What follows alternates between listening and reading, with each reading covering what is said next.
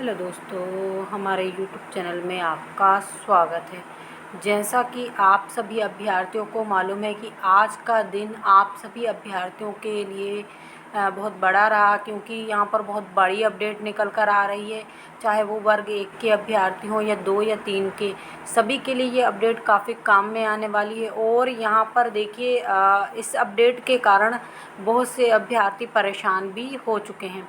अब देखिए यहाँ पर चूँकि आप सभी को मालूम है कि अब केवल पात्रता परीक्षा से ही सिलेक्शन होगा और एक स्कोर कार्ड बनाया जाएगा। उसके बाद आपकी कोई भी चयन प्रक्रिया नहीं होगी। ये आपका जो डीपीआई संचालक है के द्विवेदी, उनका बयान निकल कर आया है। उन्होंने अपने वक्तव्य में ये बात कही है कि अब अभ्यर्थियों को केवल एक ही परीक्षा देना पड़ेगी। तो यहाँ पर देखिए, कोई भी चीज़ जब लागू की जाती है तो उसके काफ़ी लाभ भी होते हैं और काफ़ी हानियाँ भी होती हैं। तो पहले हम आपको इसके लाभ गिनवाएंगे और बाद में इसकी जो होने वाली हानियाँ हैं वो भी गिनवाएंगे, ताकि क्या है, अभी आप सभी को मालूम है जैसा कि सरकार ने इस पर आपके सुझाव मांगे हैं। अगर मान लीजिए आपको इसमें कोई परेशानी हो रही है तो आप अपने सुझाव इसमें डाल सकते हैं और उसको संशोधित भी किया जा सकता है। तो इसलिए इसके लाभ और हानियाँ बताना बेहद ज़रूरी है। तो देखिए, सबसे पहला लाभ तो डीपीआई ने स्वयं ही गिनवा दिया है कि अभ्यर्थियों को अब 2-2 परीक्षाएं नहीं देना पड़ेगी, एक ही परीक्षा होगी, जिससे अभ्यर्थी मानसिक और शारीरिक पीड़ा से बचेंगे। यानी कि उनको जो टेंशन होती थी वो नहीं होगी और शारीरिक कष्ट होता था, जैसे कि जैसे ईएसबी कहीं भी सेंटर दे देता था, कुछ अभ्यर्थी कहीं पहुंच पाते थे कहीं नहीं, और कुछ लोगों का पेपर भी इस कारण से छूट जाता था। तो अब वो आप लोगों को परेशानी नहीं झेलना पड़ेगी, बार बार केवल एक ही एग्ज़ाम होगा, वो परेशानी से आप बच जाएंगे। साथ में आर्थिक परेशानी का सामना भी नहीं करना पड़ेगा, क्योंकि 2 एग्ज़ाम होते हैं तो 2 बार ही फीस भरना पड़ती है।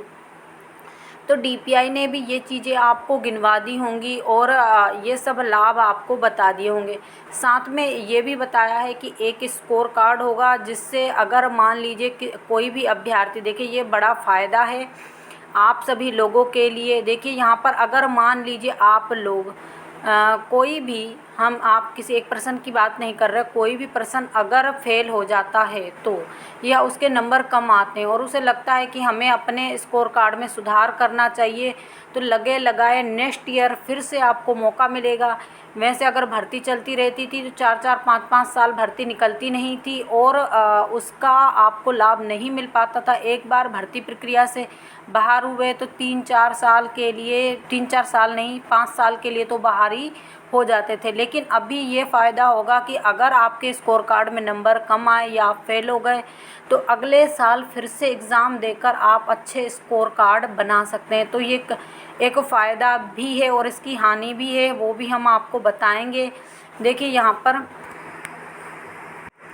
और दूसरी बात, 2.5 साल इसमें दिए गए हैं, जैसे कि 2 साल तक इसकी वैलिडिटी रहेगी, इसके 2.5 साल तक इसको बाद में लैप्स कर दिया जाएगा। तो यानी विभाग को 2.5 साल के अंदर भर्ती करना ही होगी, ऐसा नहीं है कि कुछ प्रॉब्लम हो गई तो विभाग भर्ती नहीं करेगा। तो ये काफ़ी लाभ होते हैं, लेकिन इसके साथ कुछ हानियाँ भी होती हैं, उस पर भी हम चर्चा करेंगे।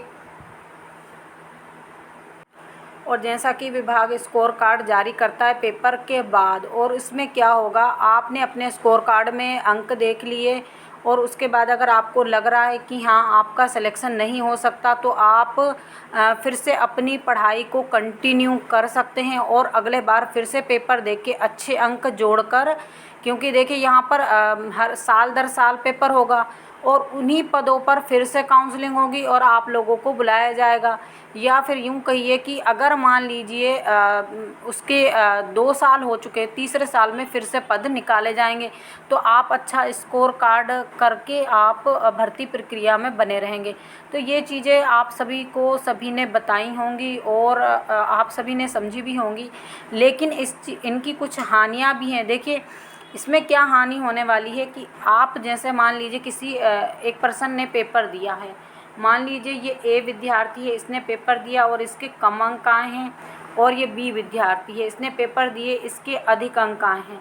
अब अधिक अंक वाले के मान लीजिए 120 अंक हैं। अब इसने पुनः मेहनत की और इसने 120 से 130 नंबर ला दिए और अभी तक विभाग ने पद नहीं निकाले। तो क्या हुआ, जिसने अच्छे अंक लाए हैं तो उसको क्या होगा, नौकरी मिलेगी। तो जानी ये अभ्यर्थियों के मन में हमेशा टेंशन बनी रहेगी कि इस बार जो पात्रता हुई उसमें हमारे 120 110 130 नंबर हैं, तो क्या हमारा सिलेक्शन होगा, क्योंकि अगली बार जिसके नंबर कम हैं वो और अच्छी मेहनत कर कर और अच्छे अंक लाकर फिर भी उसी भर्ती प्रक्रिया में, क्योंकि 2 साल उसी आपकी उन्हीं पात्रताओं से, यानी साल में अगर 2 साल में 2 बार पात्रता हो रही है तो उन्हीं पदों पर काउंसलिंग करवाई जाएगी। तो यानी ये ए वाला अभ्यर्थी फिर बी वाले अभ्यर्थी से आगे निकल जाएगा। तो ये अभ्यर्थियों को एक ये चीज़ क्लियर होना चाहिए। या तो ऐसा होना था कि ठीक है आप हर साल पात्रता करवाइए, लेकिन उसकी वैलिडिटी, जैसे कि सरकार क्या करती है 5-5 साल भर्ती को घसीटती रहती है, जिससे क्या होता है जो अभ्यर्थी होते हैं वो आयु सीमा को पार कर जाते हैं। ये ठीक था, लेकिन यहाँ पर ये बात कि आप ए अभ्यर्थी को फिर से उसी भर्ती में मौका मिलेगा, तो उसने अच्छे नंबर गेन कर लिए तो वो आगे हो जाएगा। और अब जो बी वाला है जिसने सोचा हाँ 120 बहुत हैं, अब मुझे कोई दिक्कत नहीं है, वो बैठ जाएगा, तो वो भर्ती प्रक्रिया में ज्वाइन नहीं कर पाएगा। अब दूसरी देखिए हानि क्या है, अच्छे से अच्छे अंक लाने वाले अभ्यर्थियों को भी ज्वाइनिंग नहीं मिलेगी।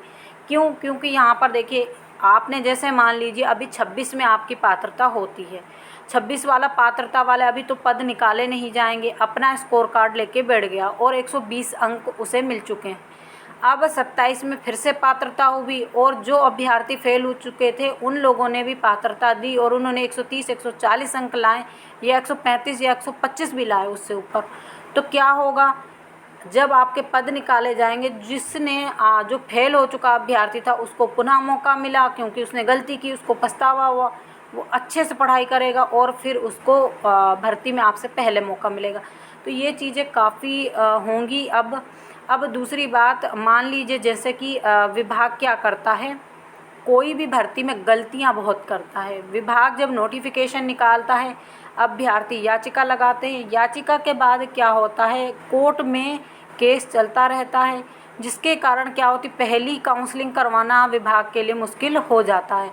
तो अब इस प्रकार से अगर विभाग 2-2.5 साल किसी भी भर्ती का स्कोर कार्ड वैलिड रखेगा, उसके बाद वो स्वेता समाप्त हो जाएगी, तो आपकी एक काउंसलिंग हुई और उसके बाद विभाग सेकंड काउंसलिंग करवाएगा ही नहीं, बोलेगा भर्ती आपकी स्वेता समाप्त हो चुकी है।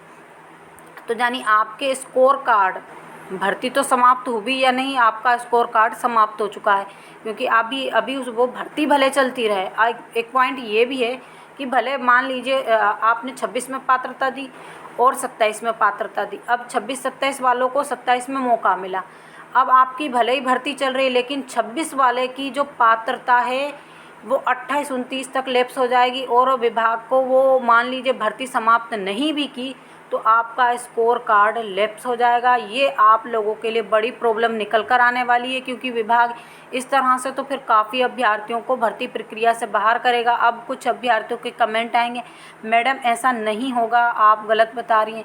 तो एक बात बताइए, जब आप लोग बीएड डीएड करते थे, पहले ऐसा कहाँ देखा जाता था कि पेडागोजी के भी आप लोगों के वो सब्जेक्ट मिलाए जाते थे, और अगर वो नहीं सेम हो रहे हैं तो अभ्यर्थियों को बाहर कीजिए। ये प्रकार के नियम कभी भी भर्ती में नहीं थे, केवल बीएड देखा जाता था और 20 अंक बोनस के दिए जाते थे।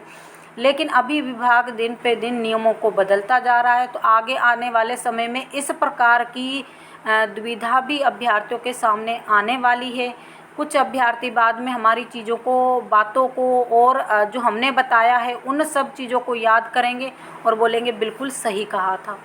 अब देखिए यहाँ पर दूसरा पॉइंट क्या है, देखिए यहाँ पर ऐसा नहीं है कि स्कोर कार्ड या इस प्रकार की भर्ती से केवल हानि होने वाली, ऐसा कुछ मत समझिएगा, बल्कि ये है कि जो अभ्यर्थी नए आ रहे हैं उनको बराबर मौका मिलता जाएगा भर्ती में जुड़ने के लिए, उनको अधिक समय का इंतज़ार नहीं करना पड़ेगा। ये नए अभ्यर्थियों के लिए लाभ होगा और पुराने अभ्यर्थियों के लिए भी लाभदायक हो सकता है, क्योंकि अभ्यर्थी इस तरह से आयु सीमा को पार कर जाते हैं और भर्ती नहीं निकल पाती। तो अगर मान लीजिए कोई भी स्कोर कार्ड 2.5 साल 2 साल वैलिड रहता है, तो यानी विभाग को भर्ती भी निकालना चाहिए। पर ऐसा कोई ज़रूरी नहीं है। ये भी हानि है आपकी कि मान लीजिए आपकी पात्रता परीक्षा अभी ली और उसके बाद पद ही निकाले जाएंगे, तो ऐसा कुछ नहीं है। आपको 26 में आपने पात्रता दी, पद नहीं निकाले गए, 27 में फिर से पात्रता हुई, पद नहीं निकाले गए, और कहो तो 28 में, क्योंकि विभाग ने ये नहीं कहा कि हम उसके तुरंत बाद ही भर्ती निकालेंगे। भर्ती के लिए आपको अलग से इंतज़ार करना पड़ेगा।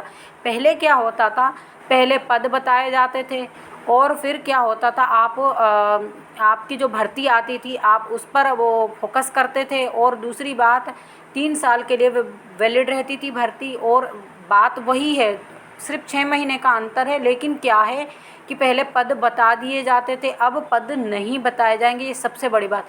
दूसरी बात, अभ्यर्थी अब आपका एक और भी नियम इसमें विभाग ने बनाया है कि अब जितने भी पदों पर विभाग चाहे तो भर्ती निकाल सकता है, और उस पर कोई अभ्यर्थियों को विचार, वो क्या बोलते हैं, उसमें कुछ बोला गया है उसमें कि संशोधन वो नहीं होगा, ये विभाग का अपना मैटर रहेगा। दूसरी बात, यहाँ पर जो विभाग ने अन्य योग्यताओं के लिए भी कुछ कॉलम दिया है, उसमें विभाग योग्यताएं और अन्य सिलेबस को भी बदल सकता है। तो विशेषकर शिक्षा विभाग के लिए दिया गया है। तो इस प्रकार के कई नियम बनाए गए हैं जो गलत भी हैं। केवल एक ही नियम सही है कि हर साल पात्रता होगी, जो नए अभ्यर्थियों को बिल्कुल मौका देगी। तो इसी प्रकार की जानकारी के लिए हमारे साथ जुड़े रहिए। हम एक नेक्स्ट वीडियो भी लाएंगे, लेकिन अभी हमें थोड़ा ज़रूरी जाना है कहीं पर, तो बाद में हम वीडियो लाएंगे।